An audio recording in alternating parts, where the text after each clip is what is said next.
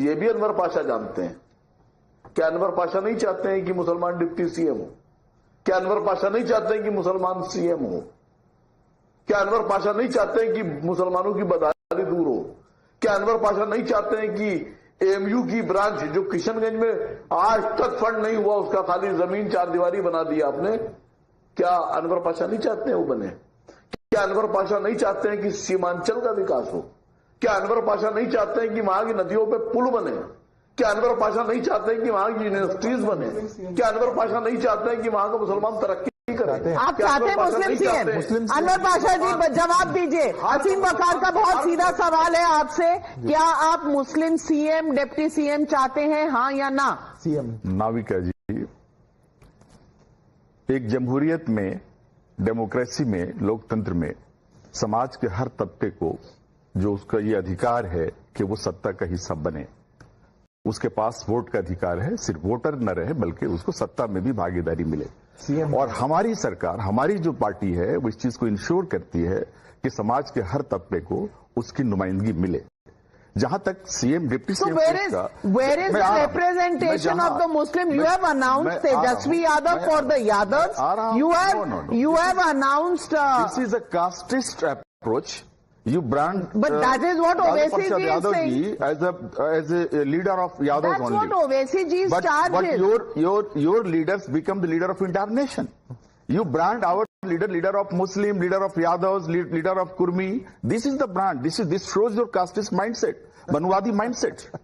This is your approach. We don't believe in it. Each and every section of society must get their share. They should get justice.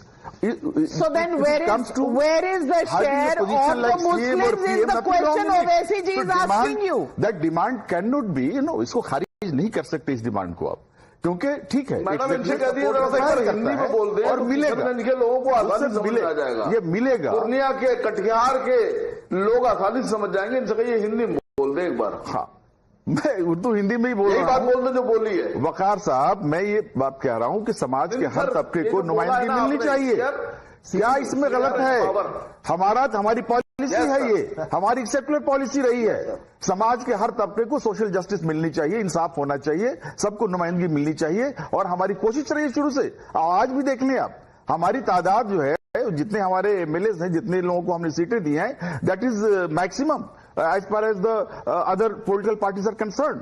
कितने लोगों ने कितनी सीटें दी हैं, लेकिन डिप्टी सीएम नहीं अनाउंस किया। असीम वकार साहब, हमारे लीडर ने ये कहा है कि हम इलेक्शन के बाद इस पूरी कोशिश होगी कि किसी भी तबके को हम मायूस न करें, निराश न करें। कोशिश होगी, बिलीव मी, कोशिश होगी। ऐसा वीआईपी का डेप्यूटी सीएम अनाउंस हो गया, बाकियों के लिए कोशिश होगी। असीम वकार साहब भी हो, आप, ये जरूरी है। आप समाज के हर तबके को सत्ता में हिस्सेदारी मिले, जरूरी है।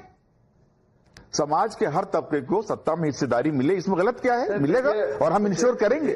पाशा साहब, अनवर पाशा जी, अनवर पाशा साहब जी, वकार साहब, देखिए, आसिम वकार उत्तर प्रदेश में रहते हैं जी, असद ओवैसी साहब हैदराबाद में रहते हैं जी, अखिलेश यादव साहब यूपी में रहते हैं, मोदी जी गुजरात के निवासी हैं जी, अमित शाह साहब गुजरात के निवासी हैं। आप हमको सेटिस्फाई मत कीजिए, आप बिहार की आवाम को सेटिस्फाई करने वाली बात कीजिए। मैंने खाली छोटी सी बात पूछी थी कि क्या अपना हक मांगना गुनाह कबीरा है? आप 2% मल्लाहों से ये सौदा कर रहे हैं, या ये कहिए कि 2% मल्लाह आपसे सौदा कर रहे हैं कि हमारा डिप्टी सीएम बनाओ, तब हम तुम्हारे साथ हैं।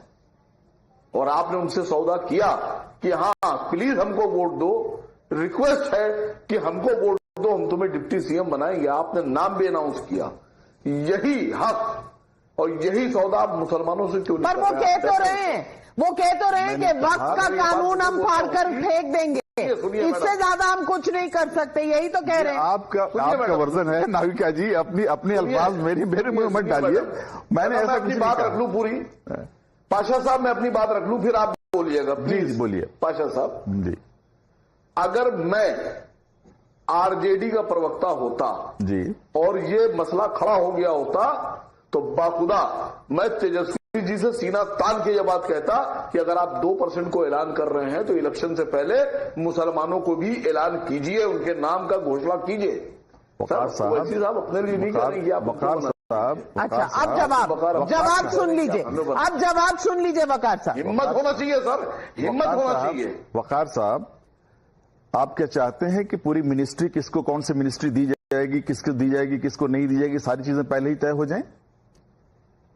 सर्कमस्टांसेस ऐसे होते हैं जहां पे किसी नाम का ऐलान किया गया, सर्कमस्टांसेस वो सर्कमस्टांसेस तय किया है सर। ये ऐसे मैं वकार साहब एक मिनट मुझे बोलने जवाब देने दीजिए। मैंने सुना आपको, तय कर रहे हैं हमने, मैंने सुना आपको सर्कमस्टांसेस किसी मिनिस्टर की बात नहीं की। वो कह रहे हैं कि कुछ सर्कमस्टांसेस थे नामों के ऐलान किए गए, लेकिन आप यकीन रखिए कि सरकार जब बनेगी उसमें मुसलमानों की हिस्सेदारी यकीनन उस एतबार से होगी जो उनकी नुमाइंदगी है, जो उनकी आबादी है, जो उनको वजह से मिलना चाहिए, तब उनको मिलेगा उसका। डॉक्टर संजय कुमार, यानी कि डॉक्टर संजय कुमार 2% को अनाउंस कर दिया।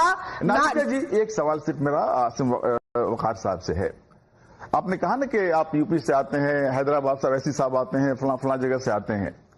आपने कभी पूछा अवैसी साहब से क्या हैदराबाद में तेलंगाना में मुस्लिम सीएम होना चाहिए, मुस्लिम डिप्टी सीएम होना चाहिए? कभी डिमांड की आपने? नहीं की। वहां भी तो मुसलमान है, वहां मुसलमानों की आबादी है, वो आपका गढ़ है जहां से बुनियाद आपकी पार्टी की है। वहां कभी आज तक वहां वो नवीन यादव को सपोर्ट कर रहे हैं, वहां वो कांग्रेस के